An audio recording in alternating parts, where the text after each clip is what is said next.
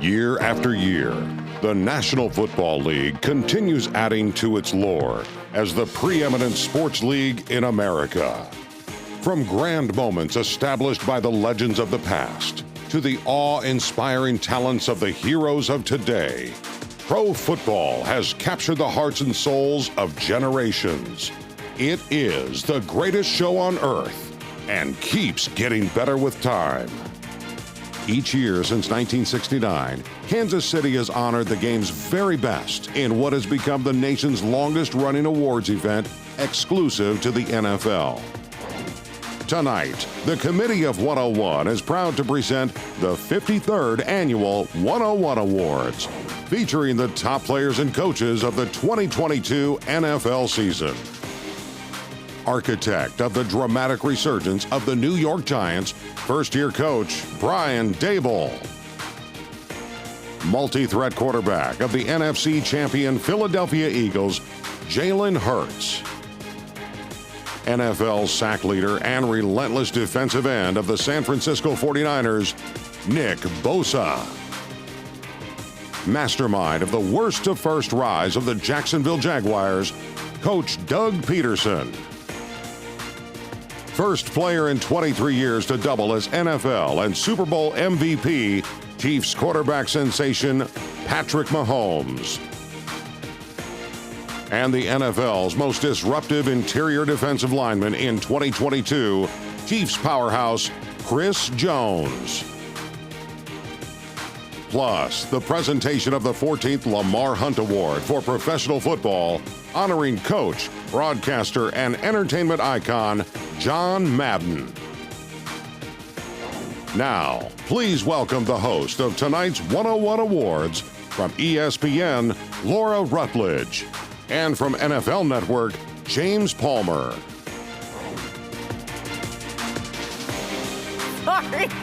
Sorry, I was eating my cake.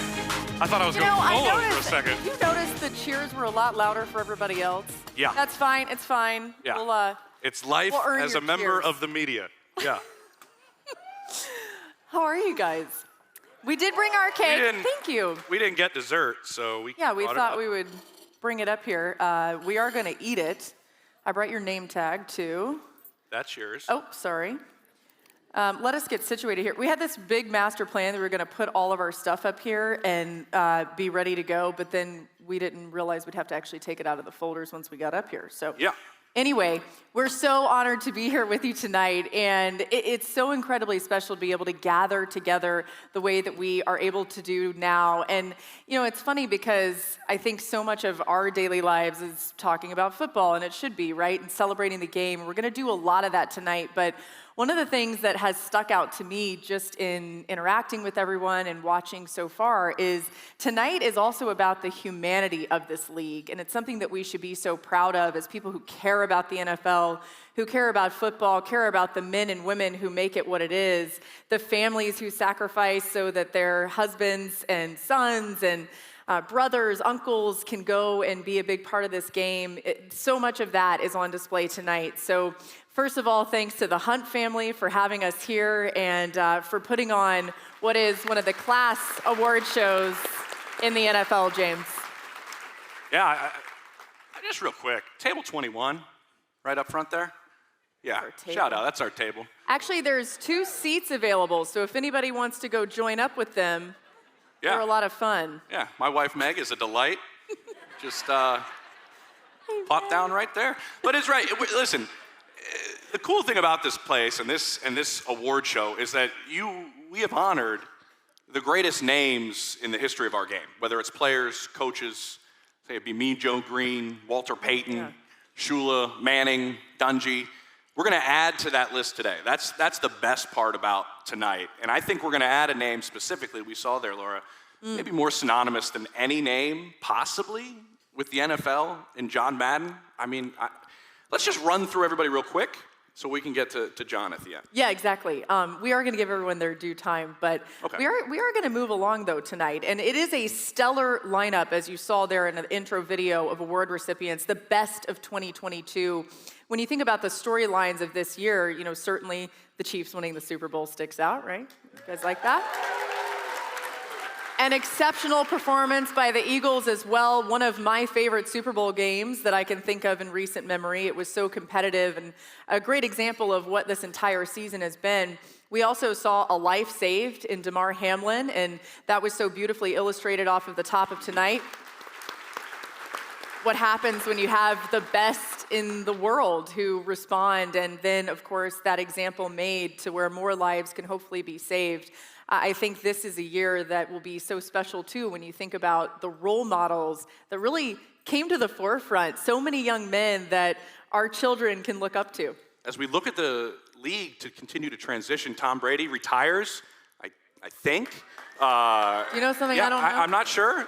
Check sources, but as the GOAT hangs it up, we look at all these guys this year, right, Laura? Like, you look at what Joe Burrow does. It was last year a fluke. They start slow. They go to the AFC title game, and as he put it, I guess the Super Bowl window in Cincinnati is the length of his career. Mm-hmm. Jalen Hurts goes out there and does something we've never seen in the history of the NFL, finishes top 5 in passer rating and top 5 in rushing touchdowns in the same season. Never seen that, ever, in the history of the NFL. You look at what Doug Peterson and Trevor Lawrence were able to do down in Jacksonville, and then Patrick Mahomes, he's won something already tonight, but we haven't even been up here, you and I. And you look at all of those young quarterbacks. With the retirement of Tom Brady, this game is in tremendous hands moving forward. It's going to be a lot of fun to watch this year and next year and the year after and the year after, and all these guys go at it. There were a lot of special moments of 2022, but let's take a look back at the most exhilarating moments in the journey to Super Bowl 57. Hey, I'm not locked in, bro. I got the AirPods in my ear. I'm not locked in.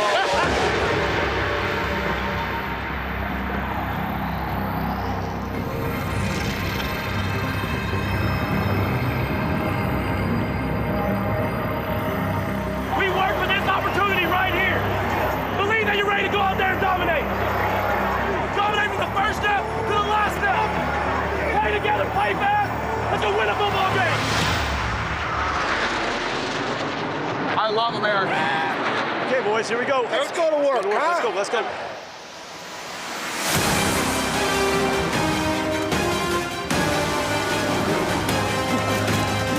Patterson on his way for the 9th time in his career. Here he goes. He's gone. Naheem Hines sets Highmark on blaze. What a tribute to Damar. You say this is storybook. This is almost fate. Give me a hold. Give me a hold. You gotta go finish this. We're not getting off the gas.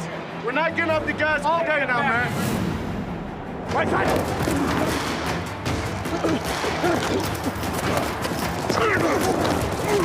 Here comes Bosa. Your defensive player of the year.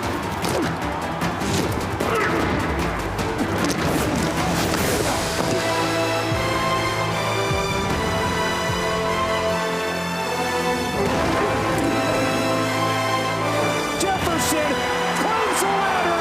Oh my goodness! Most amazing 2 minutes of football I have ever seen in my entire life. You really be throwing dimes.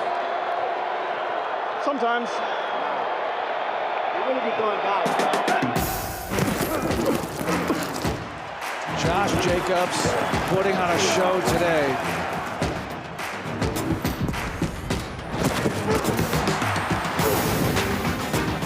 Patrick Mahomes, the magic man. He's a wizard out there. The Minnesota Vikings have completed the greatest comeback in National Football League history. One final play. Oh no! Unbelievable! Oh wow! Have you ever seen an ending? I have never seen anything like that. What a great player walking off the field for the final time. Class act. We get a chance to prove ourselves right here. Do we want to be in the playoffs or not? The stretch run starts now. The Bengals are AFC North champions. Patrick Mahomes is tracking towards his second MVP award. 49ers, the NFC West champion.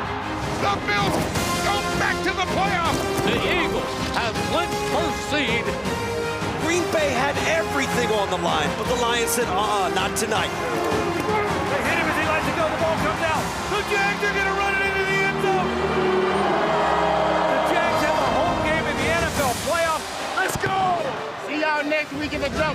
playoff football. One game. It's a one-game season. And the New York Giants are on to Philadelphia. Pretty good. That was pretty good. Nip and tuck, but the Bills won this wild card playoff game. It has been all Chargers, and the crowd is stunned. The Jaguars have come back from 27-0. Do you believe in miracles? Sam Hubbard ran the length of the field. The number 1 seed in the NFC flexing their muscles. The 49ers are on the way to Philadelphia. And Mahomes is hurt. Turn it up a notch. Turn it up a notch. Victory for the Kansas City Chiefs. We'll see y'all in Burrowhead. We'll see y'all in Burrowhead. The Bengals are heading to Kansas City. Mahomes fires it to the end zone. Travis Kelce. Got him again.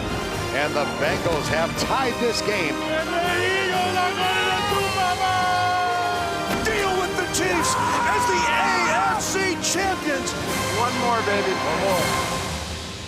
Tonight in Glendale, Arizona, Super Bowl 57. Andy Reid's 2 great transformational masterpieces collide for the Lombardi Trophy. 2nd and 8, Kansas City. Mahomes in the pocket, floats a pass near side. Kelce over the shoulder. He's got the catch. He's got the touchdown. He wants to run it. Now the ball's out. He kicks the ball. It's picked up by Kansas City. They're going to the 20, to the 10, to the 5. Touchdown, Kansas City.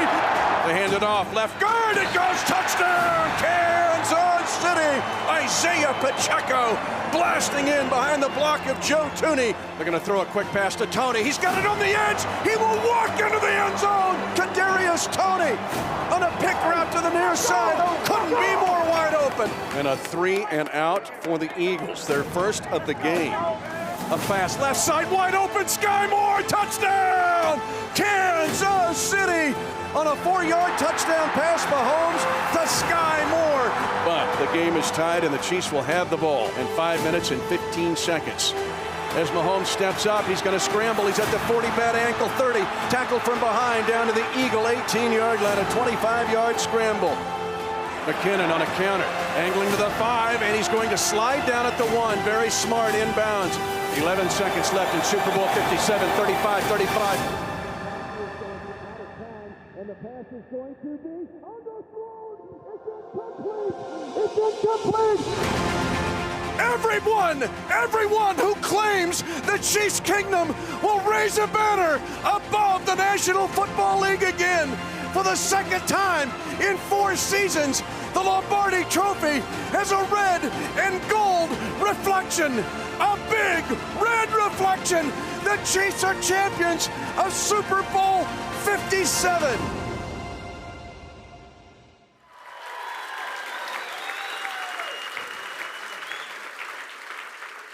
That almost makes me sad that we have to wait months for 2023's season. 194 days, but who's counting? Thank you. You are, and I so certainly am I. But just what an incredible year. And with that, we're going to kick this thing off. So we're going to start our awards with the NFC Awards. We begin with NFC Coach of the Year. And I feel like all season long we were leading to this. The first-year job by Brian Daboll with the Giants was exceptional. First winning season since 2016 for the Giants. Their first postseason win since they won the Super Bowl in 2012. But more importantly, when he gets up here, what he did in terms of changing the culture within that locker room, within that building, as quickly as he did, that's the best part of coaching job he did. We can't wait to hear from him up here. But first, let's watch a great video on him. Brian Daboll, the NFC Coach of the Year.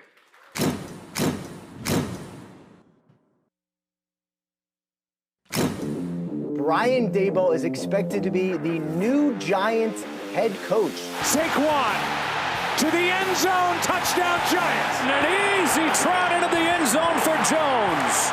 Touchdown, pick 6. The positive energy out of Brian Daboll, and that's exactly what this team needed. Loses the ball, and the Giants jump on it. 18-yard touchdown run by the Giants quarterback. Slayton, touchdown. Daboll is just fantastic. Runaway coach of the year. It's fun to be a Giant fan.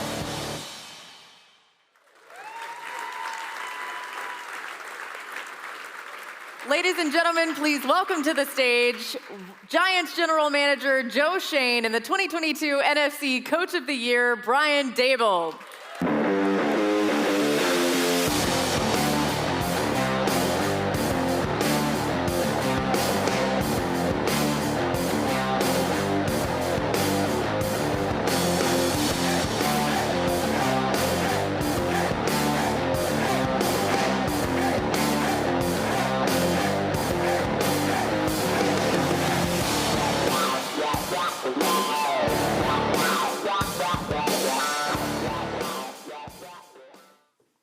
Feel like you're on the Tonight Show?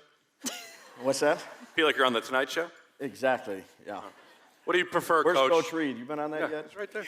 He'll be up here later a lot. Yeah. I'll take you out for a cheeseburger later. Coach, what do you prefer, a tux or a hoodie? Yeah, a hoodie. Yeah. Bigger. Absolutely. As we start this off, last night you and I were kind of talking about the start of your career and you grinding, working 100 hours a week for Bill Belichick and watching film and all the stops you've had along the way. And then you get an opportunity to be a head coach for the first time in your career. Take me down that path in terms of maybe some specific things that happened to you and specific advice you've gotten from some people that you were able to use in this first year. Yeah, it was a long journey. Quarter of a century, 25 years, and finally got an opportunity, got to meet with Joe and the management at the New York Giants, and learned a lot along the way. Had a lot of successful stops, and then had a lot of stops that weren't as successful, but those are the times that make you a little bit better. So very grateful for the Giants organization, for Joe, and for our support staff for giving me this chance. 5 Super Bowls and a national championship for you. Yeah. So a lot of success on that list. You've always been a humble coach, very competitive though either way, but I think one of my favorite things about watching you is the way that you pour into your players. What about the job of being a coach and getting to work with these young men, especially this year's team for you with the Giants, really has fueled you? Yeah, it's a relationship business, and they put so much into it every day. The work ethic that they have, the weight room, the commitment they have to the team, and you want to do everything you can as a coach to help them be as successful as they can be. But at the end of the day, it's a player's game, and those are the guys that are out there competing and sweating and fighting, and I'm just very appreciative for the guys that we had in our locker room. Joe, since we have you up there, latest on Daniel Jones's contract situation. No, I'm just kidding. I told him I'm not just to joking. do that. I'm not listen. Yeah, super. I had to because that was specifically what he said. Hey, don't ask me anything about Daniel Jones up here. Yeah, So you left out Saquon Barkley. And Saquon as well, if you can just. Yeah, Joe, I'd like to hear that. Yeah.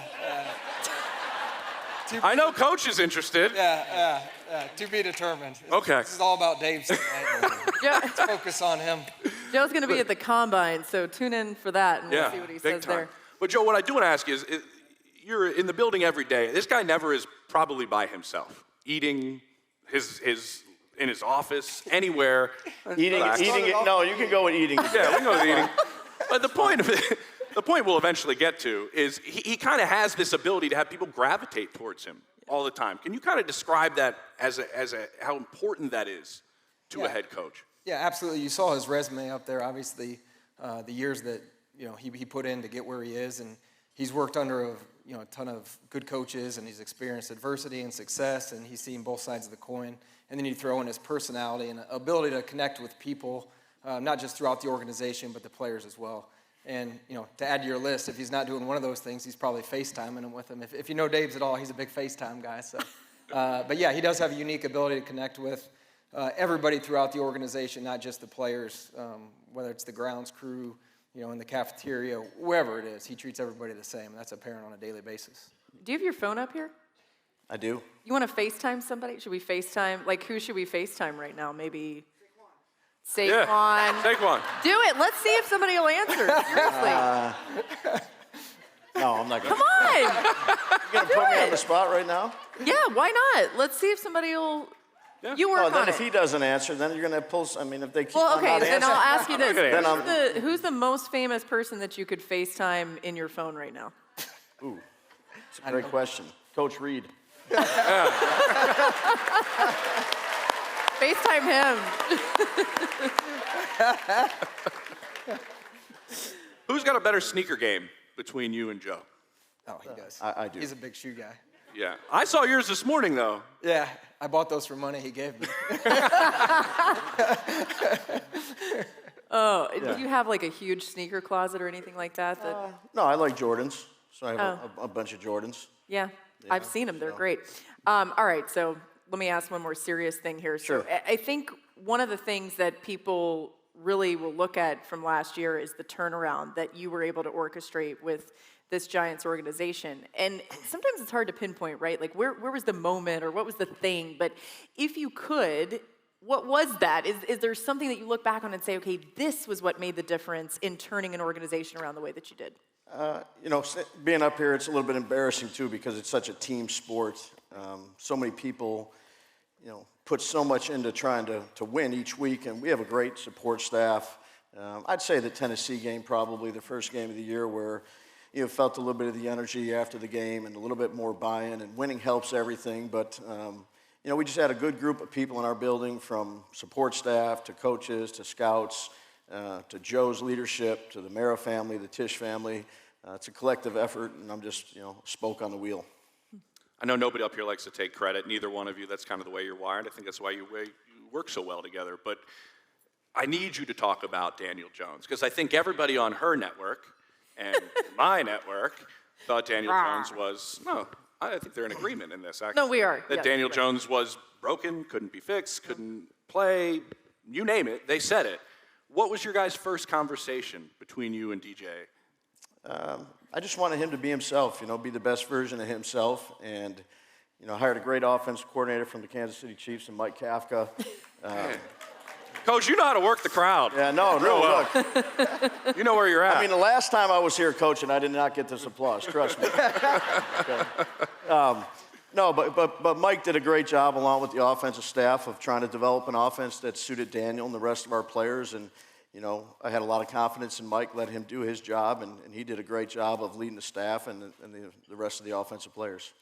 Aside from some of the contract things that have to get worked out and all that jazz, what are you most excited about? No, yours is good, I think. I mean, okay. As far as I know. Yeah. I don't know. Is there something, if anything, you paid more, but I'm just... yeah, you'll pay me $20 later for that. So yes. When you look toward next season with what you've already accomplished, and obviously people are going to say, we know what to expect out of this team. What are you most excited for in 2023? Just getting started at the Combine next week. Putting this 2022 season to bed tonight and getting started. Every year is a new year, and this is only my second year. I was a rookie head coach, so I got a lot to learn and lean on a lot of people in the organization and just try to get better day by day. Starting with the Combine, Joe, what is it going to be like this year compared to the previous year that you guys went at it, in terms of now that you have this relationship and you have this ability to kind of see things in a similar fashion? Yeah, last year was pretty fast and furious. We were still, we just finished putting a staff together, trying to figure out what, defensively the coaches were looking for, offensively. Had a little bit of an idea with, having worked with Dabes before, but getting to know Coach Kafka. But I think this year it's going to be, we're much more organized. We're much more in alignment in terms of what we want. We were still trying to figure all that out last year. So I think we're in a much better place. All right, with that, this was highly entertaining. Thanks, guys. So now everybody else has to live up to what these guys did up here. Ladies and gentlemen, give it up one more time for Joe Schoen and this season's NFC Coach of the Year, Brian Dable.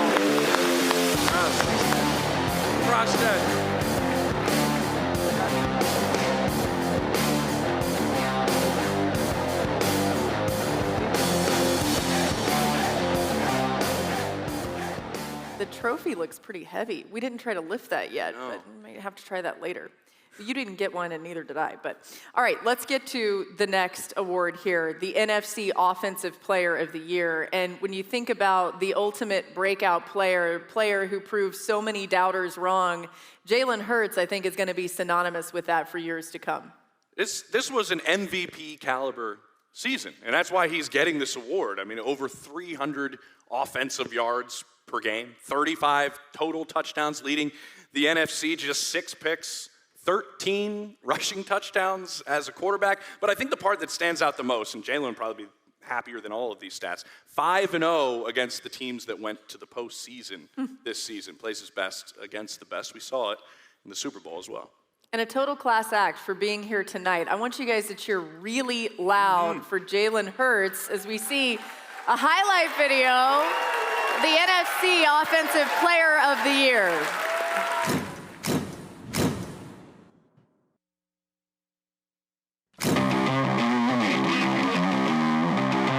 You capture the moment. You take advantage of the moment. Eagles on 3, 1, 2, 3. Oh, boy. For the touchdown. Good protection again, launch downfield, wide open, touchdown.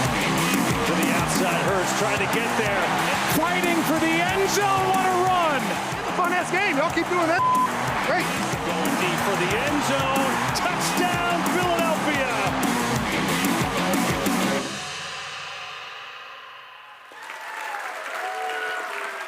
Ladies and gentlemen, let's give a big Kansas City welcome to Eagles quarterback coach Brian Johnson and his electrifying quarterback, Jalen Hurts. No, standing up.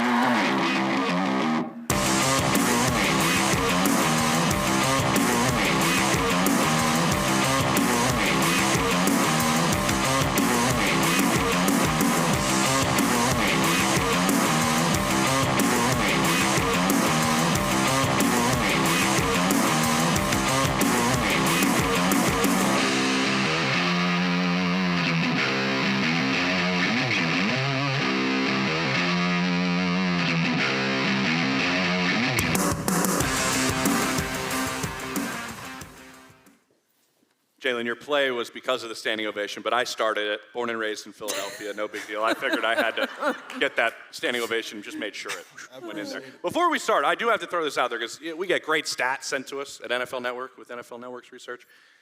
There's 3 players in the history of the Super Bowl that have had more than 350 total yards and 4 or more touchdowns. It's Steve Young, Joe Montana, and Jalen Hurts.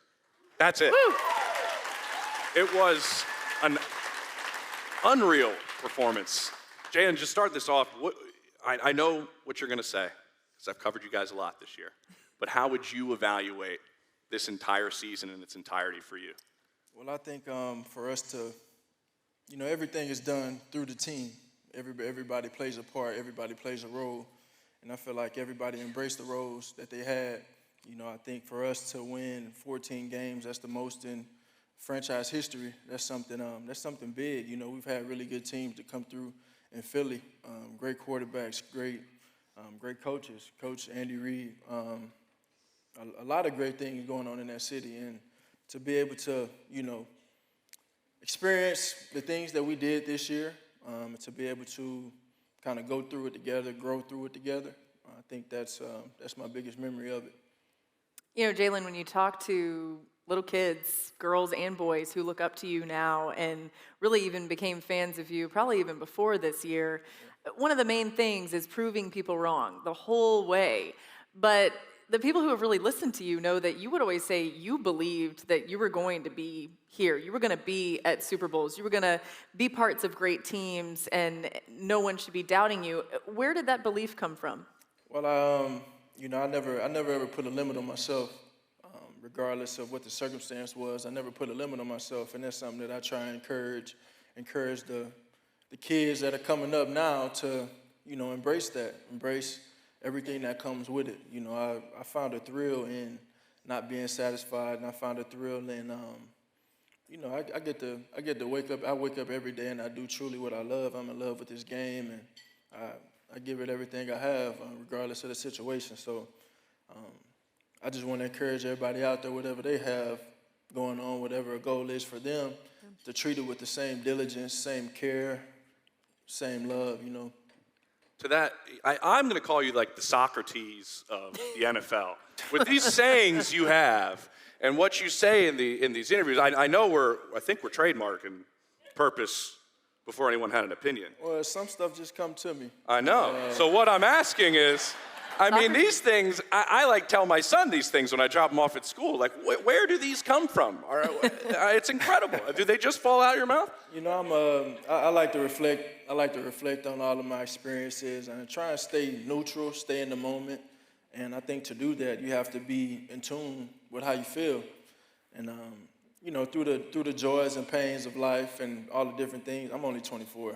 I'm talking like I'm only 24, but you know, through everything that I've been able to see and experience, you know, I feel like they're all formative experiences. You know, I feel like they're all things that you got to learn from them. You know, and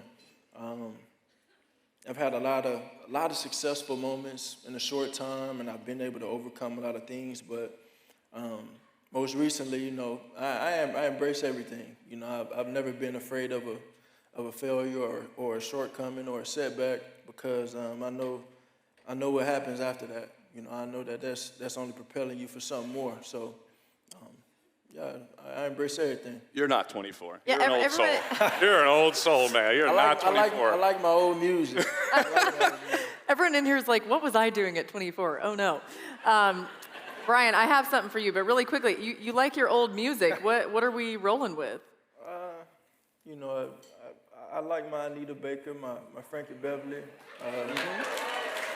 Okay. Old soul. Old soul. Yeah. Brian, when this season specifically did you look at your quarterback and say, you know what, we can win a Super Bowl with this guy? You know, I think just, you know, after we lost in the playoff game the year before to Tampa, and just like after every other year, you have your end-of-year review meetings on what you need to improve on, what's the next step we need to take. And, you know, it's really no surprise to me to see Jalen continue to have the success that he's had, because I know the amount of work that he puts into his craft. And, you know, he's just a very, very diligent worker. He's very intentional about what he wants to accomplish. And, you know, I think that just permeates, you know, not only through our room, but through our entire building. And, you know, he's everything that you're looking for in a quarterback.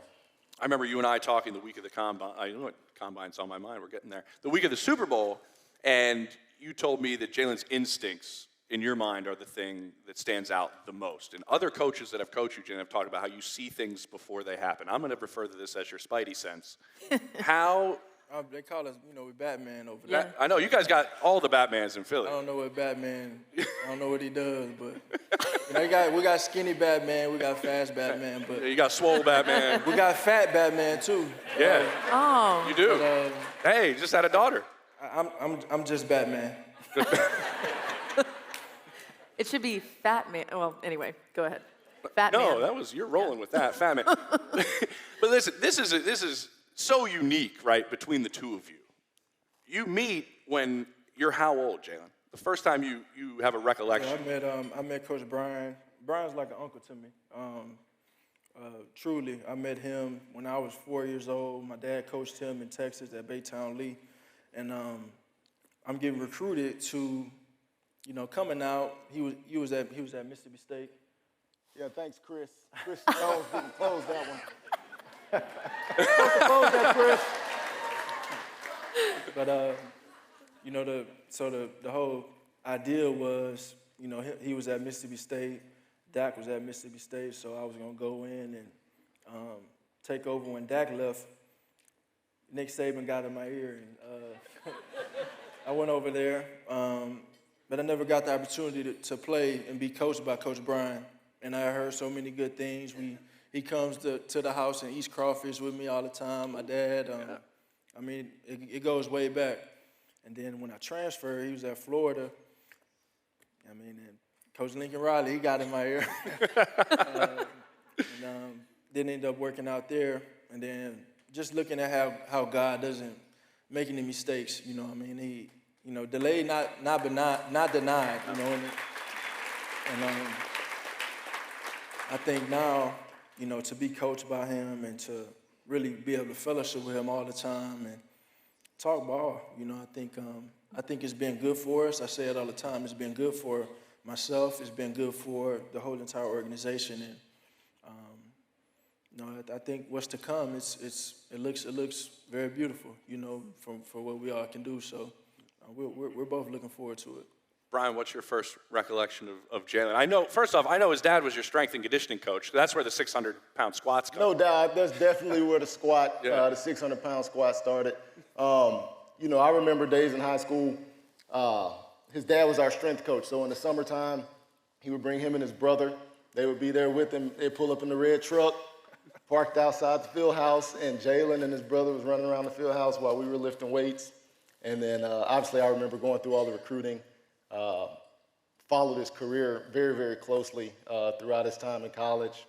And I'm just fortunate to finally get a chance to work with him. It's been something special for sure. You mentioned that time in college, and you just said it, God doesn't make mistakes. You had a ton of winning in college, and it's pretty interesting, too, even Brian Dable, who was one of your coaches, being in this room, too. I know you guys have had fun spending time together, but when you think about all the success that we see up here, those stories in that graphic probably don't tell it how it actually was for you. How did you fight through some of the difficulty to keep overcoming? Yeah, I think, like I said, I think how I was raised allowed me to be who I am.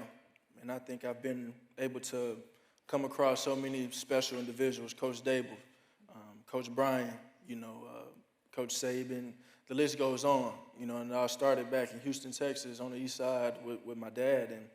And, coming from that background, I always try to tell people, I have an older brother. Mm-hmm. So my dad coached him a little harder than he coached me, just because he was like the trial and error child. He was the first one. So and my dad would always get on my brother, and he'd always get on my brother. My brother would always talk back. That wasn't a smart idea. But the younger brother, myself, I learned I'm not going to do it that way. I'm going to take it. I'm going to hush up over there, and I'm going to learn from it and grow from it. And I think, my dad probably even know that he built that in me, but, to deal with, so many opinions, to deal with so much and have the platform that I have, it takes it's a huge price you have to pay. It's a huge responsibility, but, it all comes from that. It all comes from those experiences, and I think that's where the stoicism, the diligence, the determination, everything comes from that, where I come from. Well, that all paid off on the biggest stage. I mentioned it earlier, but we got to run down this a little bit. Over 300 yards passing in the Super Bowl, 3 rushing touchdowns. That ties an NFL record, whether you're a quarterback or not. 70 rushing yards, most by a quarterback in Super Bowl history. Travis Kelce recently said on New Heights podcast, which you've been on a guest on, he said, even though you guys lost, you could have won MVP. Yeah. I know you don't like to talk about your own statistics because wins and team is how you're wired, but where do you rank that performance? Well, I know that statement. I know they don't probably want to hear that out here, but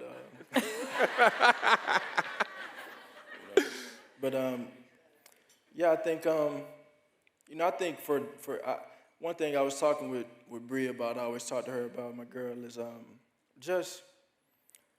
just being able to embrace these moments. I've had so many different things that I've had to overcome. I've played on big stages. I've dominated on big stages, and I've been pulled on the biggest stages. And I've always been like, one thing I'm going to challenge myself this year, every primetime game, Brian, we talk about it too. Yeah.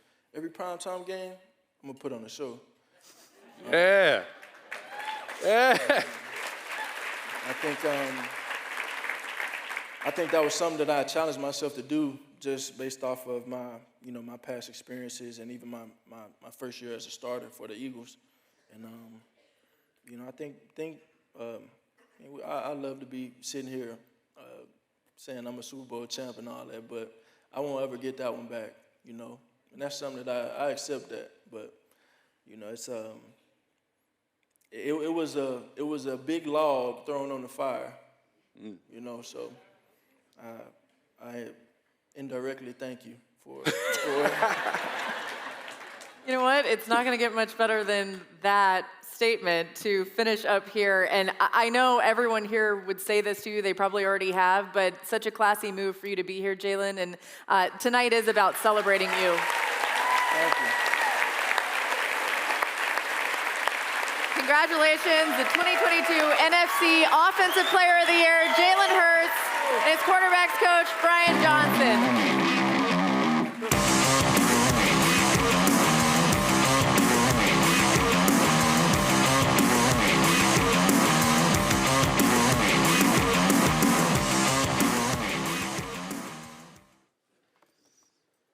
so cool. I'm also checking the schedule for when are the Eagles primetime games. You already know, so. Yeah, my entire Eagles family fan. knows. That'd be cool. All right, let's go now to our NFC Defensive Player of the Year, and this one goes to Nick Bosa. Yeah. He probably didn't show because Jalen was so good. I didn't want to follow that. But listen, Rookie of the Year in 2019, incredible season. This year leads the NFL with 18.5 sacks, 48 quarterback hits, leads the NFL. You know, it's second in tackle for loss. He has some work to do there. But listen, what Nick Bosa was able to do went beyond just those stats this season. Nobody had more than their 20 interceptions in the NFL, and he had a big part to do with that, with the pressure he has up front. And that doesn't go in his personal stat sheet. That's another reason why he won this award. Absolutely. Let's see a little bit more from Nick Bosa, the NFC Defensive Player of the Year.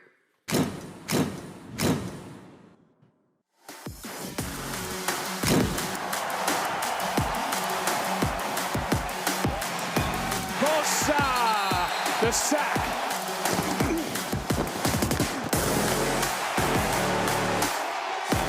Just want to sack the quarterback, dude. Herbert gonna get chased by Bosa and gets sacked from behind.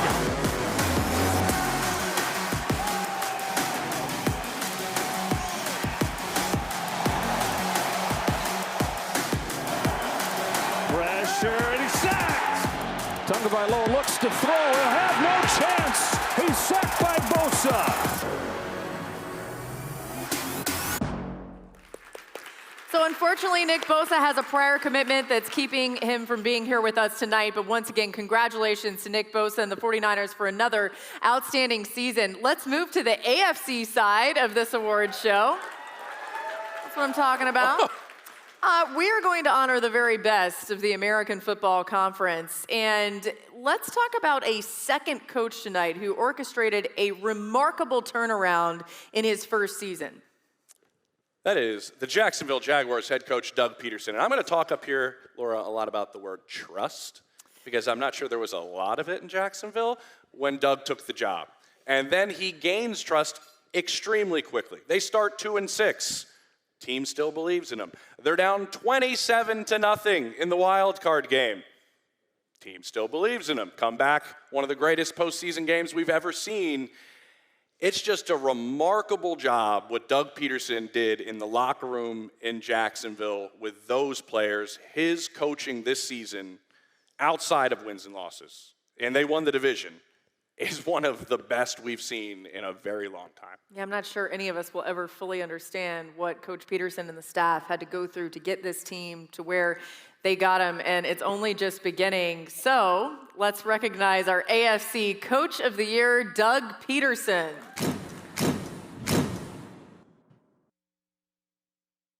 Find a way to get it done. Find a way to get it done. Let's go. Great job. Now settle in and play. Here we go. Fires middle of the field, and that ball is picked off. It is picked off by Rayshawn Jenkins.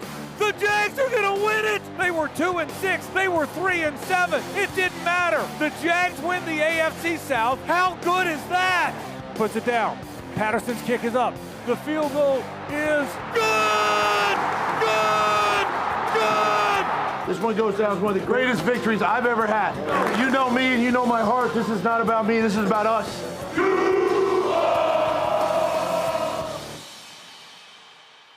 Should we do it?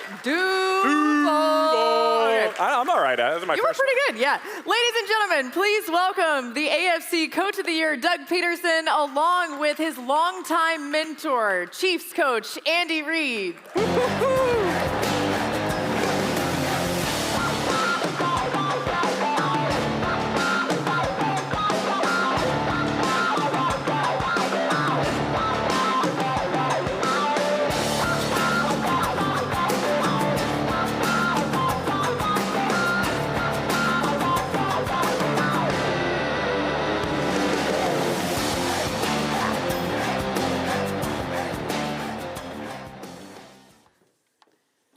I think this is the first of 62 trips Andy's making to the No, stage Andy. for the show. So Don't go back to your table. You're just going to stay up I here. just keep you up here.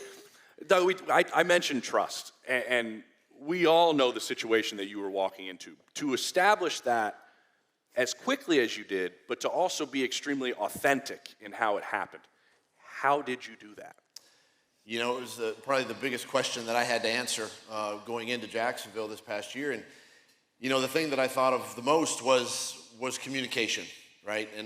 And I really felt like communication is the key to everything and anything that we do, especially with a football team when you got so many people that you're sort of in charge of. And so for me, it was about communication and then the commitment that I was going to make to that football team and getting them to buy it. I didn't know if I was going to have a player show up for the off-season program. Really?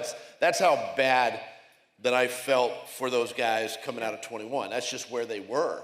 But we had everybody there in the off-season program, and we just went day by day by day by day. And, you know, it's one of the things I learned from this guy over here is the fact that just be yourself, be you, you know, be transparent, be honest, be open with your guys, and they will respond to you. And you heard that from Coach Dable, you know, first year with the Giants and doing the same things. And we were able to overcome so many obstacles, you know, this season, as you saw. You know, we were, you know, 3-7 at one point, and you know, I think in the past, the team probably would have gone the other direction, right? And we would have finished 3-14. But they didn't do it. And so my hat's off to our players, you know, the coaching staff, obviously Mr. Khan and the organization for sticking with us. Yeah, the relationship between you two, and certainly you just already referenced it there. Coach Reed, when you think about watching Coach Peterson and his success, I'm sure part of you has to reflect back. Do you remember even when he was a player thinking, man, this guy is going to be a good coach? Yeah, that guy. I did. He's behind you there, too. Yeah, I see him. I did. I knew, this is when I knew he was going to be a good coach. So he got sacked and broke his jaw, and he didn't want to come out of the game. And I go, you know what, this is a tough guy. He'll be a good coach. Especially in Philadelphia. Love it. Andy, you're going to hate when I say this, but you're one of the greatest coaches of all time. You're one of the greatest play callers this league has ever seen. So my question is, every coach steals from somebody.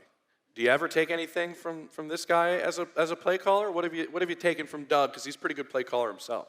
Yeah, the first touchdown, or the last touchdown in the Super Bowl. Yep. Yeah. Stealing our play. Yeah, same play, same play that he used. And Jalen, you're a stud, by the way, coming up and doing what you've done. Yeah. Much respect. Did you watch that play and you're like, oh yeah, he totally stole that? It's the first thing I texted him after the game. And then it was congratulations. I love it. You know, it was really fun. We actually saw you week 9 in London, and I felt like that was a bit of a turning point for your team, even though you didn't come away from that game with a win, but you could feel that they believed in what you were developing. A lot of that started with Trevor Lawrence. Just what can you say about the job that he did to be as resilient as he's been this year? Yeah, I think that was the kind of the turning point of our season and really for our quarterback. And it didn't go our way that day, but he and I had a conversation the next week, and I just reiterated to him, I'm saying, listen, you're our guy. We're riding you. You're going to be, you're the face of our franchise. I just want you to understand. Just go be free, go play, go be you, and that I think resonated with him because he's had some success. He's had success on the college stage, and he's only in his second year, But that was a turning point, I think, for him and obviously our team and season at that point because we kind of made a little bit of a run after that and got ourselves into the AFC South, championship game and then into the postseason. So just a remarkable job by him and how he led our football team through a lot of adversity this year. And a lot of what goes on is the relationship that the two of you have. Your general manager, Trent Baalke, says this is a perfect marriage, that you're wired the same. I don't know if you have the same opinion as your GM does, but that you're wired the same. You're both fearless. You're both very steady. You both have tremendous salad on top of the head. What is the conversation and the behind-the-scenes interactions between you and your quarterback this season, and what do you expect moving forward? Well, that's the thing I enjoy about, coaching. It is the relationships and building the relationships, especially for me as a former player. I look like a guard, but I was a quarterback in this league. But, you know, having that relationship with your quarterback and you know, again, I saw it firsthand with Coach Reed, the way he coached us when we were in Green Bay, and then, of course, on to Philadelphia and now here in Kansas City. But, you know, that relationship with Trevor is just going to grow and grow and grow, and just having those conversations where I can remember even having conversations with Jalen, you know, in 2020 after games. He would come in and sit in my locker room after a game. I'm like, dude, go home. I mean, the game's over. And he would just want to talk. But that's what I love about our sport, and that's where Trevor and I and our relationship will continue to grow, and he's just going to continue to get better and you know, lead our football team. I think one of the most special things about a night like tonight is we do get to see some of these really strong bonds on display, and what has, you know, in this case, created a great head coach. A lot of it, of course, the credit that you're giving to Coach Reed. You know, I know you're really busy during the season, but how much pride do you get, Coach, in just watching people who you care about succeed, like Coach Peterson and his team did this year? Yeah, no, it's awesome. I'm proud of him and the job that he's done. And he's a great father, husband, and football coach. And, you know, he's a spiritual guy also, and on top of all that. And he's very well-rounded and just a good human being.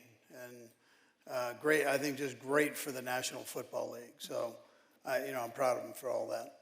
Well, after you beat Doug, sorry, I got to say it this way because this sets it up. This sets up a tremendous moment. I'm not going to lie to you. It's perfect because, you know, third time is a charm for me back in Kansas City. Yeah. I lost twice to you in the seat. I'm still trying to get over the salad thing on the top of the head. You know what we should do? You know that thing where you can switch hair? Like, we should give Trevor Lawrence your hair and you have his and see what it would look like. And maybe Andy will give you Trevor Lawrence's hair too. And yeah, that'd look real good. Yeah. Laura, back to my story. Sorry. I'm standing in the tunnel at Arrowhead. I don't know if you remember this. And you're walking to the team bus after you guys lost at the divisional game. And I look at you and I say, hell of a season, Doug. And you look back at me and you said, it's just the beginning. I love that quote, and that's why I set it up that way. But I love that quote.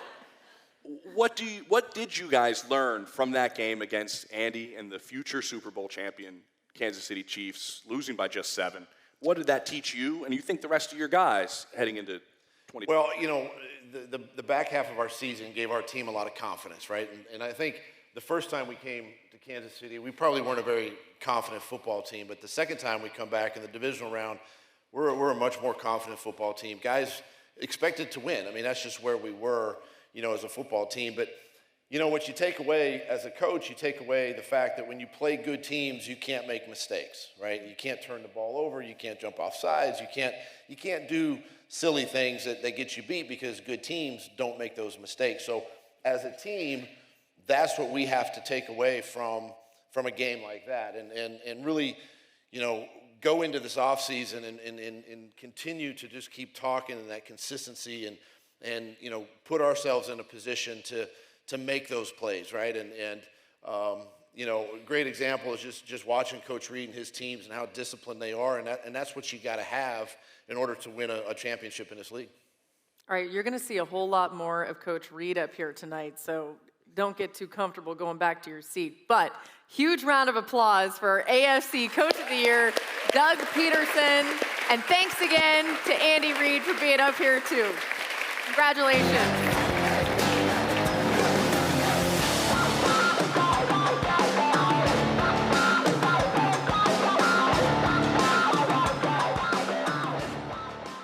Salad, that was good. Yeah.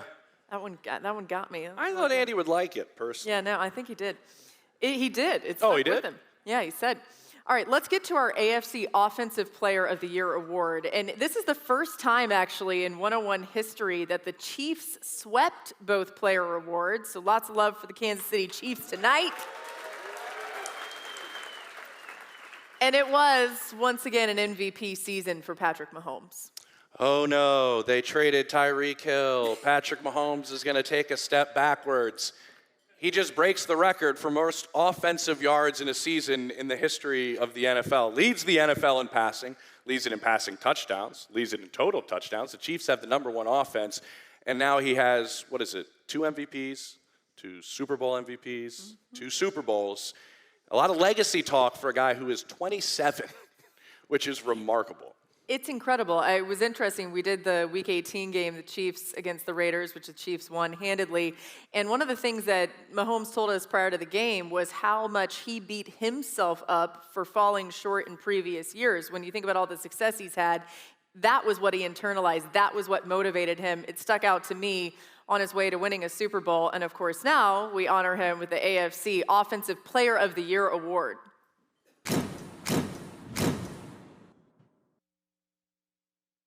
He's making this football team better. He makes the players around him better. Mahomes stops, spins, flips it forward for the touchdown to Edwards-Helaire. It was an underhanded shovel for a 56-yard touchdown. At the 5, to the goal line, in for the touchdown.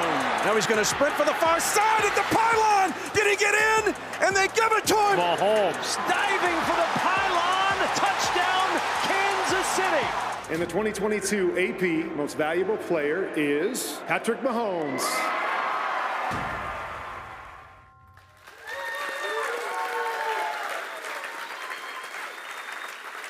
So those of you who have been to the 101 Awards know that Patrick Mahomes is always here. He actually committed months ago to being a groomsman in a close friend's wedding that is happening tonight outside of Kansas City. He really wishes he could be here, guys, but he is not here in person. So we're going to do the next best thing, which is a personal message from Patrick Mahomes accepting this award.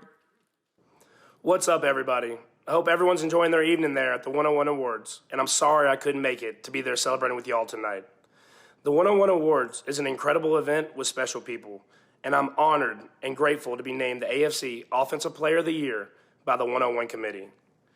This season was so special, obviously one I'll never forget, and there's no better feeling than bringing home the Lombardi Trophy to all of Kansas City and Chiefs Kingdom.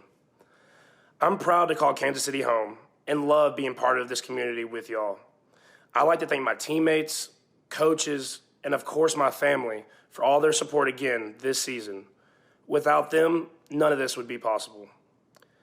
It's truly an honor to accept this award, and I'm looking forward to getting back and doing this all again next season. Y'all have a great night.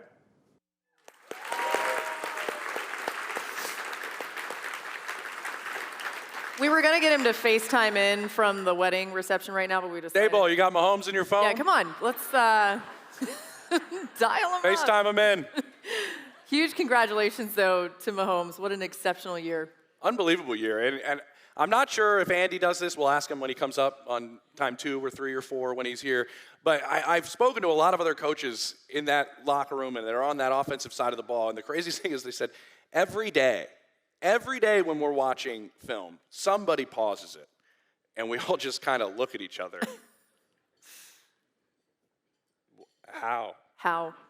And then we go back to watching film again. There's a wow moment every day in practice, and we see it on Sundays. They see it every single day. It's been a blast to watch him this season and the previous seasons as I continue to establish residency in Yeah, great he's state. moving here, by the way. Yeah. And cover him Well, I don't know basis. what your wife thinks about that, Yeah. but she's like, no, he's not. No, ma'am. Anyway, we do love Kansas City, and we're going to be spending a ton of time here, too, because the draft is here. We can't wait for that. Congratulations Yeah. to Patrick Mahomes. All right, so I mentioned that the Chiefs players swept these awards. We got a real treat for you coming up here now. The AFC Defensive Player of the Year. He's right over there. You're going to hear from him up here on this stage. Without further ado, a little more on Chris Jones. Most dominant. What's up, everybody? I hope Pat, we've had Listen, enough of you. Pat, it's over. You didn't show. That was him from the wedding. Oh, that was him from the wedding. Take 2. Listen. End scene. Listen, Chris Jones, most dominant interior pass rusher in all of football. I mean, it's not even debatable, right? After the season that he had. Number 1 in quarterback pressures among interior defensive linemen. 15.5 sacks, 3rd in the NFL. Double teamed constantly, yet still puts up those numbers. I don't think you understand how difficult that is and how he frees up other guys on that defensive line to make plays. because of the attention that he gets. And in the AFC title game, where I think there was like some jawing going back and forth between the Bengals and the Chiefs, I think, something about Burrowhead, Chris Jones exploded the game. 10 pressures, 2 sacks. Joe Burrow talked about it afterwards. A dominant performance to get the Chiefs to the Super Bowl. Yeah, at that point we were like, should we name it Jones Head? Oh, I see what you did there. That's for you. All right, here's our AFC Defensive Player of the Year. Let's revisit his great season.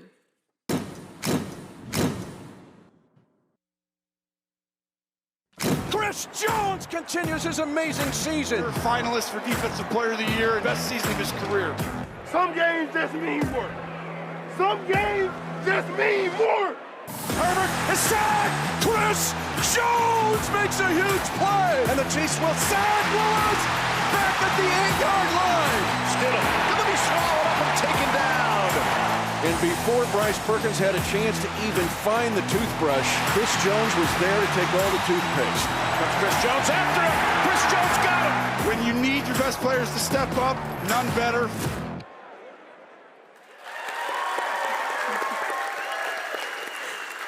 Ladies and gentlemen, along with presenter Joe Cullen, let's give a Chiefs Kingdom welcome to the AFC Defensive Player of the Year, Chris Jones.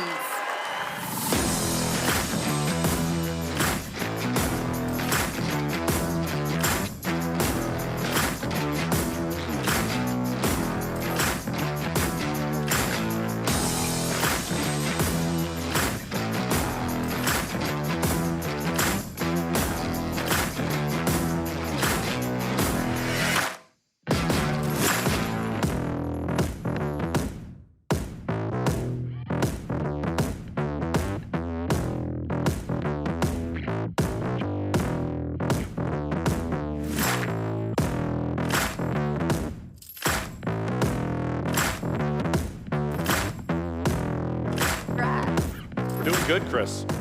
Thank you for asking. Are you guys done partying yet? We're done. We're done, Coach. I promise. We're done. I love it. Is everybody done? Yeah. Oh. I agree. That's good. I think. I don't know. Yeah, Coach, has we're there done. been like a consultation about that, a group text, like are we all really done or, yeah? We all text each other and said, it's over with, guys. Coach Reed, let us focus on the season. Next year's Super Bowl. Exactly. Correct. We got it.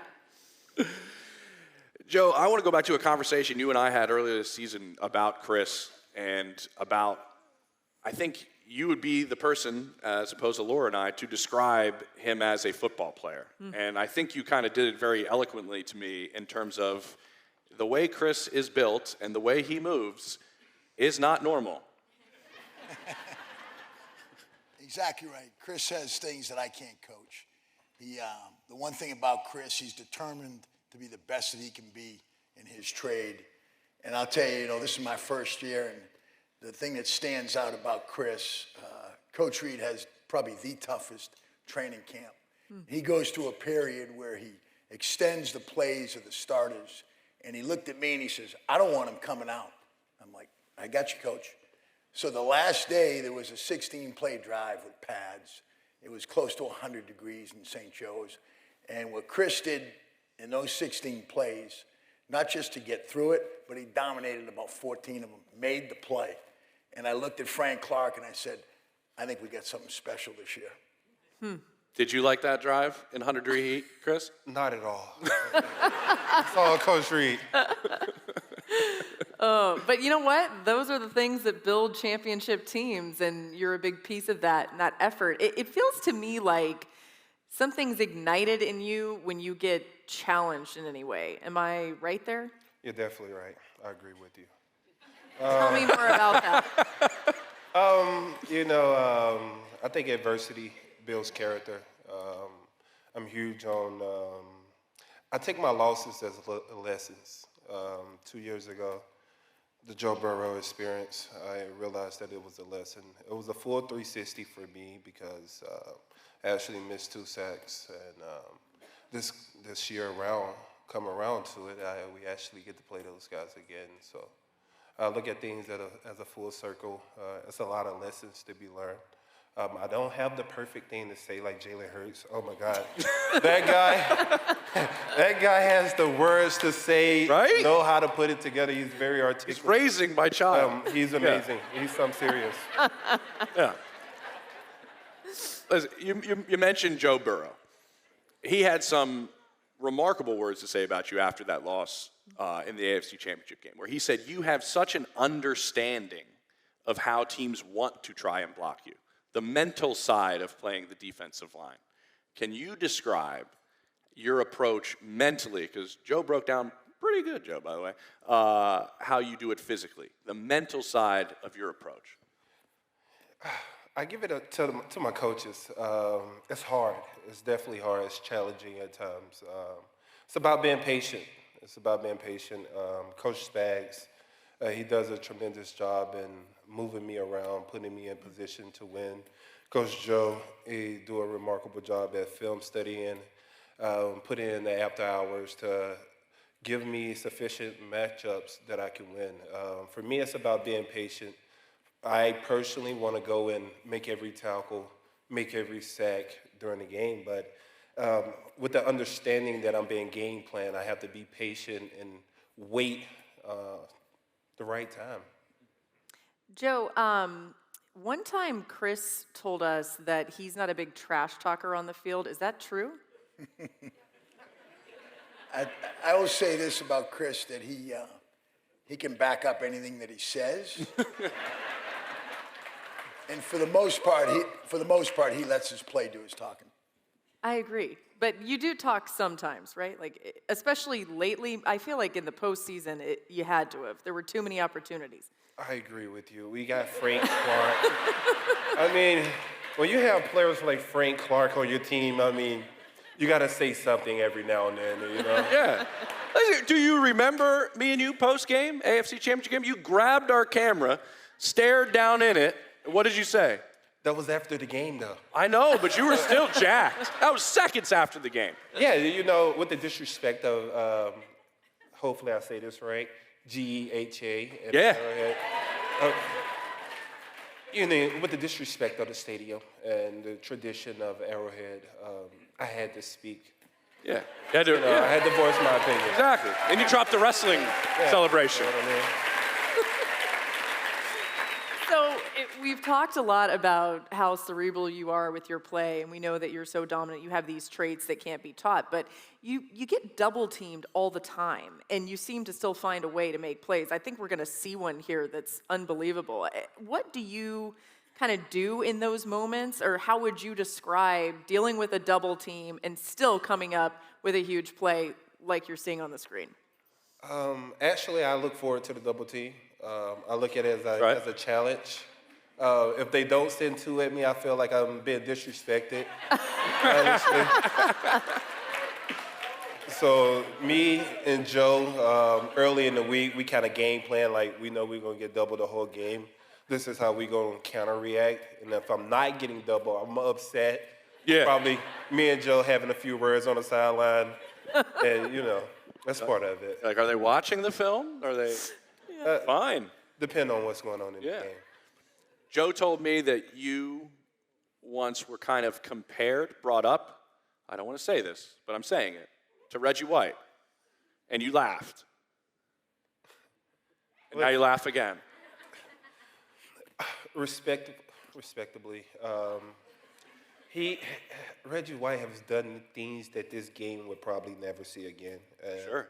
I truly respect the opinions of others to compare me to Reggie White, but respectfully speaking from me, I don't think there can never be another Reggie White. So I'm okay with being Chris Jones. Yeah. Love it. Love it. That's a Jalen comment. Hey, I took that from Jalen. Yeah. That's a Jalen comment. Yeah.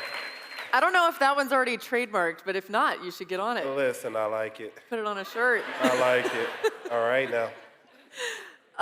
Joe, what's your favorite thing about Chris, like off the field? I'll say this about Chris. As great a football player is, he's a better man. He really cares about his teammates, and he's got a great heart. So warm and fuzzy. Listen, I heard an awe from the crowd. End on that. Wrap it up. Oh, thank you guys so much, and congratulations once again. Huge round of applause for Chris Jones, your AFC Defensive Player of the Year. And thanks to Joe Cullen for being with us up here. Congrats.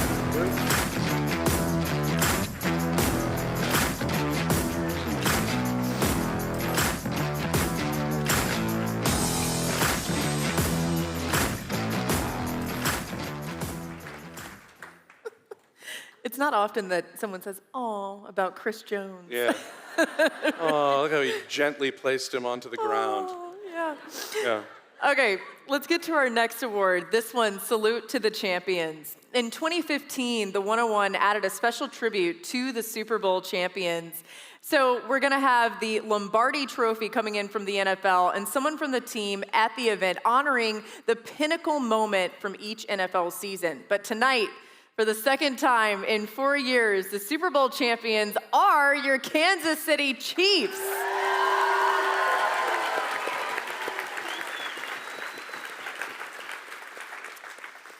I mentioned I live in Denver, Colorado. Yeah. Yeah.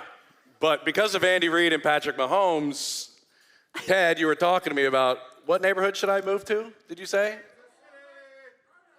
Overland Park. I should be looking for places in Overland Park. Because listen, I have been here all the time covering this team because of the success that they have had. And look at what they did this season. I mean, I remember Veach talking to me during training camp going, no, we're going to be fine with these rookies. I was like, sure you are. And they were. 4 rookies in the secondary are playing regularly. They trade Tyreek Hill, put all new skill players around Patrick Mahomes, and what does Mahomes do?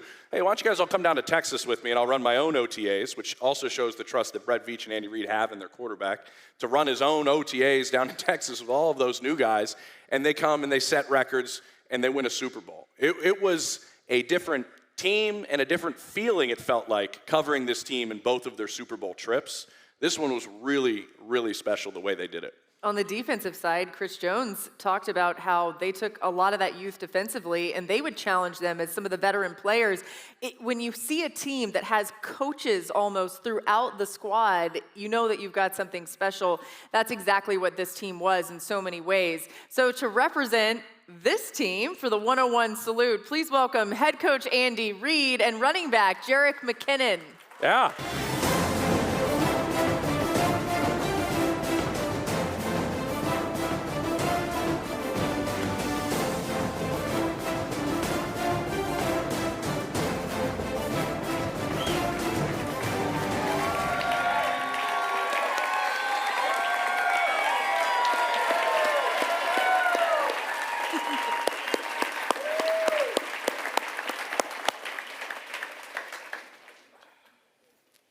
That Lombardi's real shiny. It really is. Goodness. It really is. Is that 2 pocket squares, Jet? Is that what? Is that 2 pocket squares? Yeah. That's sharp. Appreciate it. That's really nice. Try to be different. What's that? Try to be different. I like it. Yeah. Different's good. Speaking of different, Andy, I know you don't want to compare Super Bowl championships. You don't want to compare Lombardis, but everything we kind of just talked about up here and what you guys were able to accomplish with the changes that happened. What will you remember most about this run, and what stands out that you're maybe most proud of from the team that you had? Yeah, I really liked the team. Great personalities. They were very close. Not that the first group wasn't. It was similar. But I think this group, there were enough guys that had been through it before, and they took in all those young guys and big brothered them and made them better. They demanded things out of the young guys. The young guys responded. They didn't buck the system. They said, we're in, and we want to be a part of it and be as great as you guys are. And that's what they did. And so there was this great maturity that took place during the season. I love that from a coach's standpoint, just watching guys work hard and grow. And he was a big part of this. He is the big brother. So he's a 9-year veteran going on 10 here. Yeah.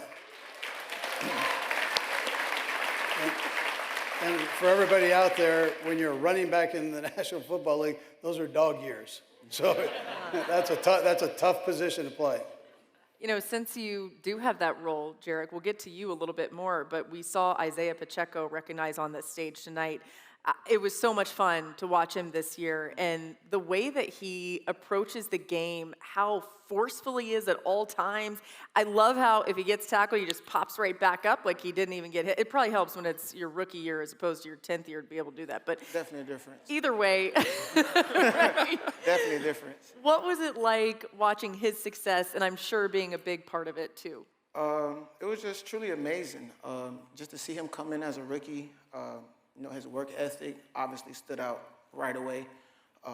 You know, his character as a person, and then obviously the God-given talent and ability that he's been blessed with.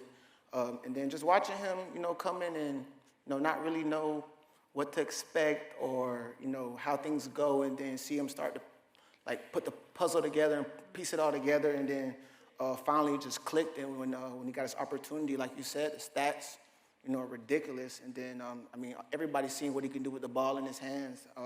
But if you go back and look at the film, what he does without the ball in his hands is just as amazing. So where Pop at? Where you at, Pop?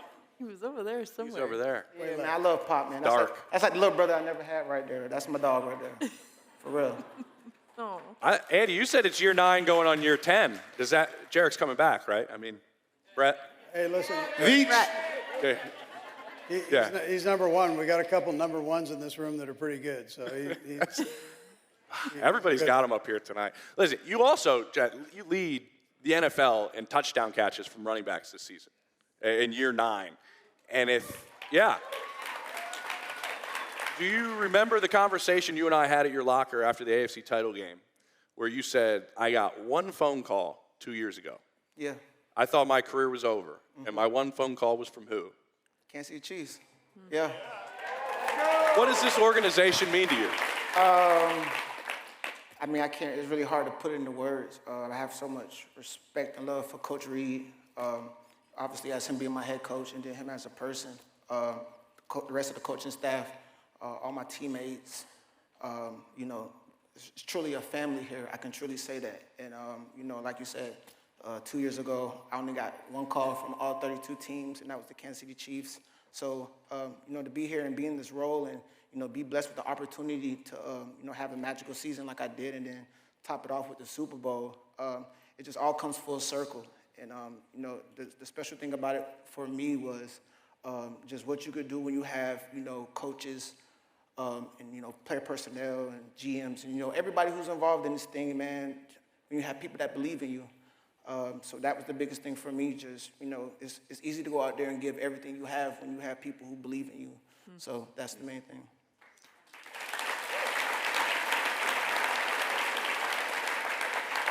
Coach Reed, let's go back to the Super Bowl win, Super Bowl 57. An incredible game, back and forth. I can't even imagine what that must have been like to coach in. I don't even know how you guys do that. You sit there on the sideline and you're aware of what's happening in the score. But from your perspective, now that you've had some time to reflect on it, just how would you describe the competition level that ultimately resulted in winning another Super Bowl for you? Yeah, I thought it was the two best teams in the National Football League playing each other. And that's the way it played out. I know we all sit there and we want to see a good game. That was a good game. And for all of us, I mean, the fans, for the coaches, players, for what this guy did at the end of the game is something special.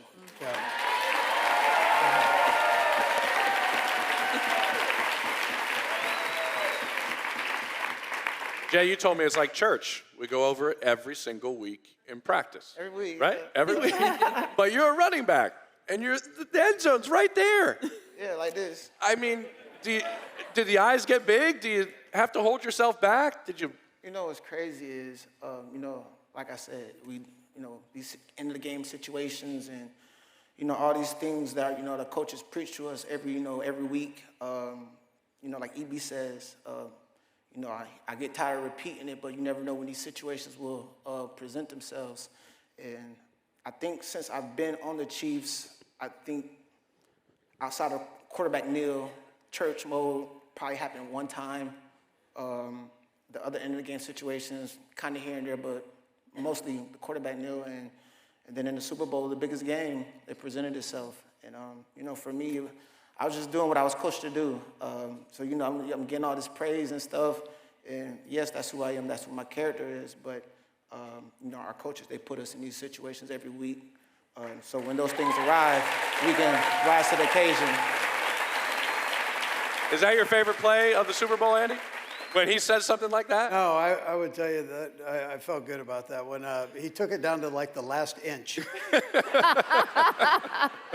But it was a good thing because when Pat was taking a knee, he was going back 5 yards, and I'm going, you know, pretty soon we're going to be kicking a 30-yard field goal. But it all worked out. It worked out great, and you know, he's a college quarterback. I mean, a real college quarterback. He was a heck of a player, and so he thinks that way. He sees the game that way, and he understands all the stuff we're trying to get done, and sees the big picture. And you know, I praise him for that. Yeah.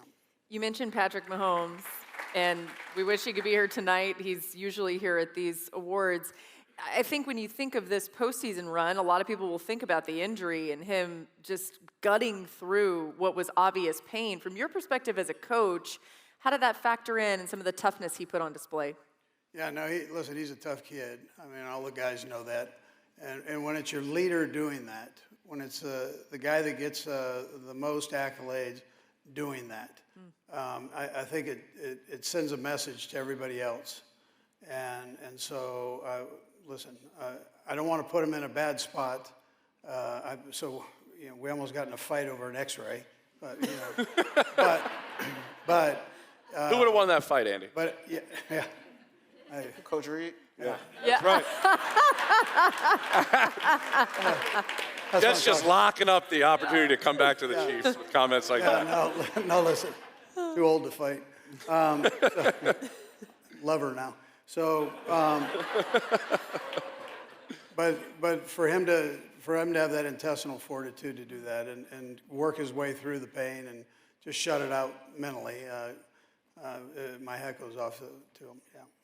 This award is special every year, but especially this year in this place. Congratulations to the Kansas City Chiefs being Super Bowl 57 champions. And let's hear it for Coach Reed and Jerick McKinnon. Thank you, guys.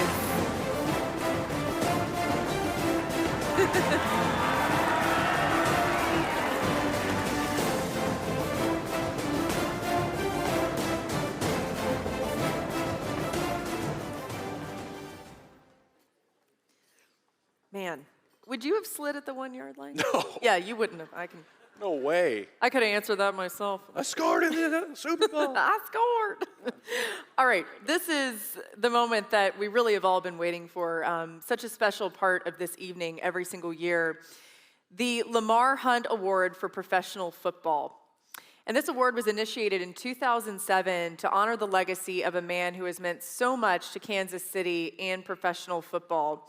It's awarded to an individual, group, or entity that has helped shape the National Football League into the preeminent professional sports league in America. And I think everybody in this room could most likely agree with me that John Madden might have a larger impact on our game and professional football than any other person ever. If you think about it, a Hall of Fame football coach, 16-time Emmy Award-winning broadcaster that I know myself and you and probably everybody in this room, whether you're a football junkie or you're a casual fan, he brought the game to life to you with passion and skill like we've never seen before. And then he has his own video game where there's an entire generation of people that just know the name Madden. The 14th recipient of this prestigious and incredible award that means so much to the Hunt family, but also means so much to the National Football League as well. Let's take a look back at the wide impact of John Madden and why he is one of the game's true legends. When you think about John Madden, what comes to mind? Suit up and shut up is what he taught you. Okay, come on, defense! Let's start off and stay after him the whole game. Let's go! I didn't have a lot of rules because I saw some of the teams and the rules they had that didn't have anything to do with winning or losing. So the three rules that I had was, be on time, pay attention, And number 3 was play like hell when I tell you to. What the hell you trying to do? You ever call one on them? Madden is on the field. He wants to know if it's real. They said yes. Get your big butt out of here. He does. He was a different looking coach. A lot of the coaches in those days with the shirt and tie and Landry, and he was totally different. He was sloppy. John Madden shows jubilance and exuberance. I just loved the way he acted and what he said and how he said it. Going to the Super Bowl. And then he took that to the booth. When they go out in the field, you go after everything in sight. He established a template for announcing, and he spawned a lot of really bad imitators, but there was only one John Madden. He makes a little basketball twist there and pivot, and boom, the ball's there. Wham, pow, boom. Great cut. He's pulling here. He gets walls. Boom, stay on your feet. That's it. Find another one. Boom, and the smack and the this and the that. Peyton Manning thinks he's going to make a tackle. Boom, he gets knocked right out of the screen. I grew up with John Madden as the announcer. You know, that was always like the voice of Sunday. This is a father bucket. This is a mother bucket. And since the last game, they had a baby bucket. So this is a baby bucket. I guess that clears up the question as to whether they're married or not. It was amazing to me how much I understood when he was talking about it. It was something that was so alien to me, and the way that he broke it down, I feel like I understood so much more football from John Madden. Boom, we cross him. The left goes to the right goes to the left. This guy crosses here, he crosses here. They have no idea where we are, who we are, where we're coming from, or who we're throwing to. Very interesting. Oh, here's a picture of one. Turducken. Yeah. Picture. That is it. And you see, you cut it like right down here. Authenticity. He was the same guy. No matter where he was the same guy. And I think that all the viewers knew that's who they were listening to. Then the minute it's over, you got to pull the pants up. Number one, people who follow and love the game respected him greatly as a coach. John Madden's grin is from ear to ear. He looks like a slit watermelon. He was an iconic broadcaster. He was going like this. He was putting his hands down. I said, that's not a move when you're introduced. You don't do that. And then in addition to that, the guy behind one of the great video games in the history of video games. How you doing? I'm doing good. I just didn't accept it. John's really had 3 careers, and they've all been amazing. He could have gone into the Hall of Fame on any one of those levels. I was in Canton the day he was inducted in the Hall of Fame. He was not afraid to let people know just how thrilled he was. I can't have it.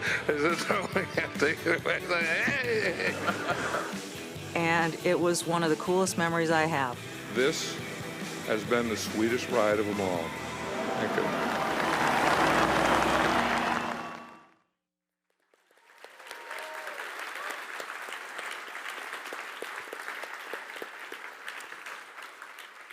Ladies and gentlemen, to recognize the late John Madden as this year's Lamar Hunt Award winner for professional football, please welcome Chiefs Chairman and CEO Clark Hunt, John's close friend, Andy Reid, and the son of this year's honoree, Mike Madden.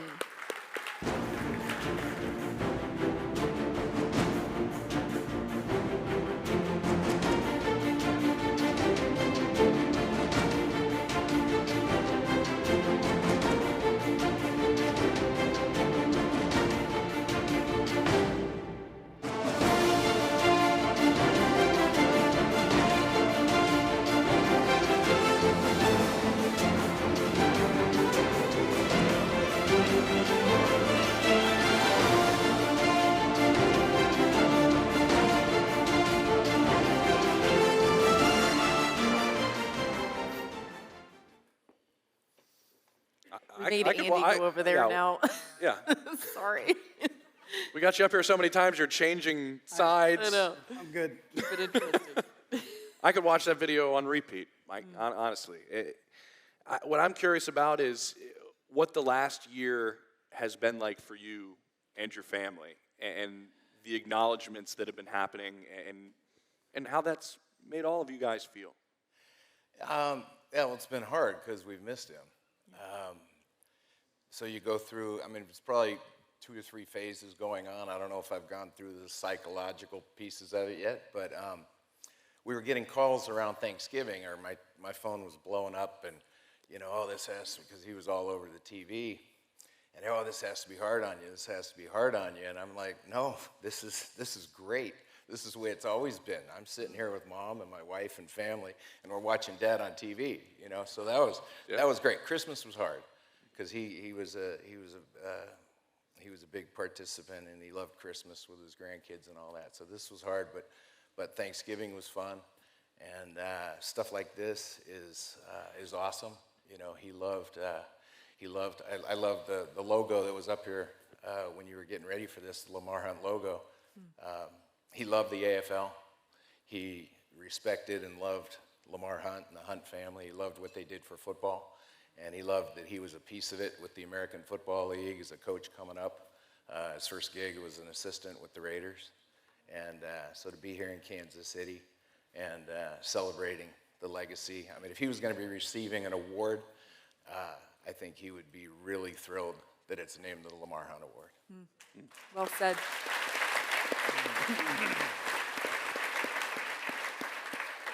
Clark, along those lines, how did John Madden epitomize what this award means to your family when you think about just such an unforgettable life that he lived, the characteristics he had? Well, when the 101 committee came to our family and asked about establishing an award in my dad's name, it was to be given to an individual or group who had had a lifetime impact on the National Football League.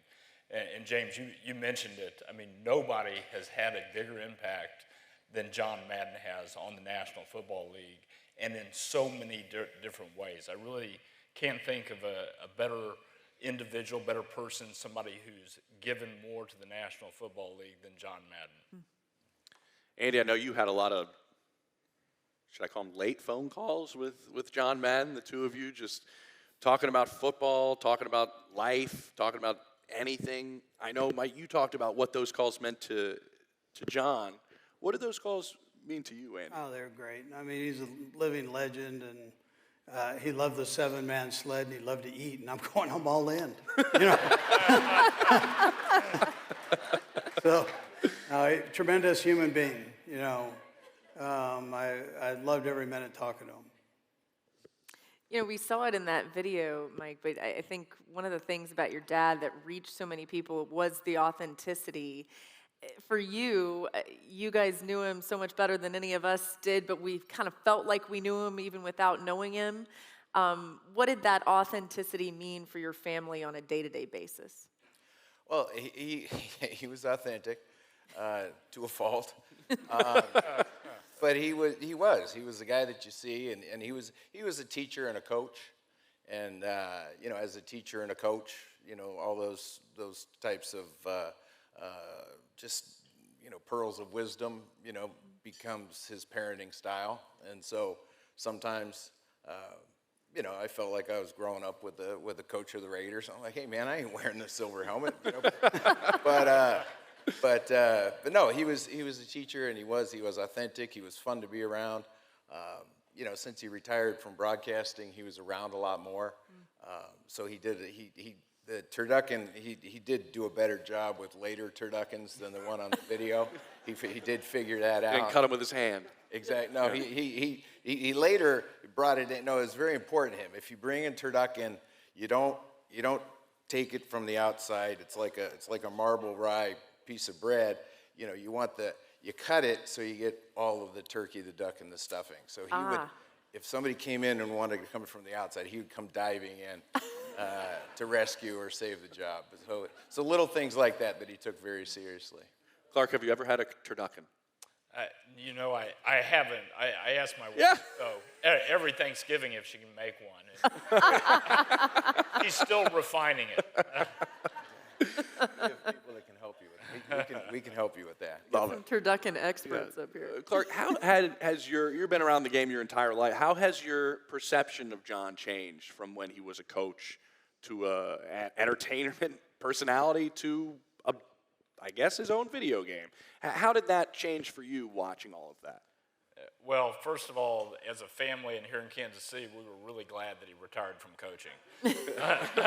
That was a tough decade, playing against John Madden's Raiders. And it does show that the 101 committee is very open-minded, that we can have win this award. But I think it was really, his career as a broadcaster where he became the face of the National Football League, and in the way that he connected with his audience. I mean, he was really way ahead of his time on that. He was an entertainer as a broadcaster, not just telling you what was happening on the field. One of the important qualities of the Lamar Hunt Award is that it recognizes somebody who was focused on the fans, because for my dad, that's what it was always about. It was about the fans and their experience, and John Madden made the fans' experience better. Mm-hmm.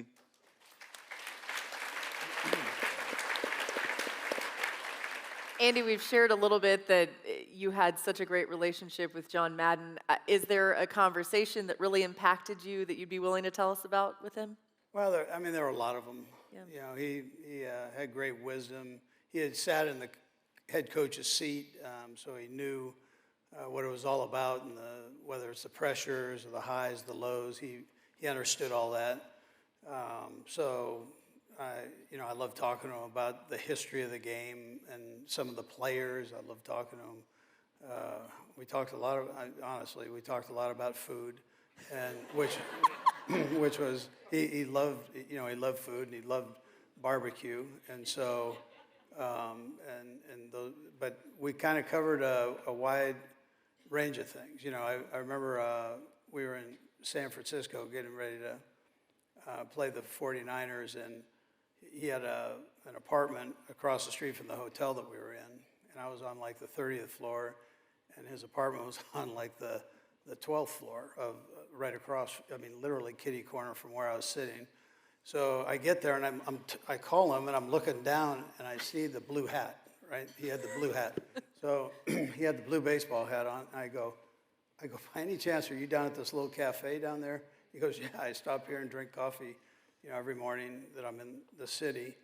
I said, great. I said, do you want to come out to practice? And he didn't want to do that right there. So I said, well, I'll give you a call when I get back. So I called him when we get back, and this is when you do 2-day trips to the West Coast. So I called him when I got back, and we're like two little fat kids staring across, trying to find each other on the floors. And I go, if anybody could honestly see this right here, they would fall off their chair. But that's how he rolled, and he was just like Mike says. He was what you all saw, and put it out there, and there was a serious side, and he would get fired up on things, but at the same time, there was that loving side. So, great person. Mike, as we finish things up, yeah. We've mentioned in every way your dad has impacted the great game that we all love.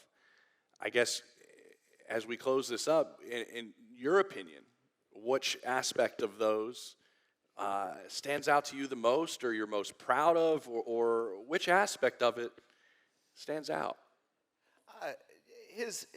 Again, he was a teacher and a coach, and he brought that into his broadcasting. And like Coach and Mr. Hunt, he brought an enthusiasm and a spirit that he had, but it was an understanding, and it was that wanting to teach and share, and that's what he did from the time he was coaching with the Raiders. He moved to the broadcast booth, and even the video game was a way to teach and share, and just get more people to appreciate, understand deeper, the aspects of this game that make it the greatest game we've all ever seen, and then his appreciation for the game, his appreciation for history. Like I said, he would ask anybody who would ask, he would talk about Lamar Hunt and how amazing it was to take on the National Football League, and the thing that the AFL was not just did for football. It created a lot more jobs for coaches and players, but it did things for our society that are still appreciated, and we still can look back to what the AFL did in the 60s and 70s, and football's better for it, America's better for it, And anyway, and he just understood all that, and he wanted to share it, and he brought that stuff to his broadcast, to his teams, or to his friends on the phone trying to find each other from the hotel room. I mean, that's the way he lived his life. Mike, thank you for sharing about your dad, and thank you to your family for being here tonight to receive this award. We just appreciate all of you up here. Ladies and gentlemen, show your appreciation for Mike Madden as well as for Clark Hunt and Andy Reid as we've honored this year's recipient, the late, great John Madden.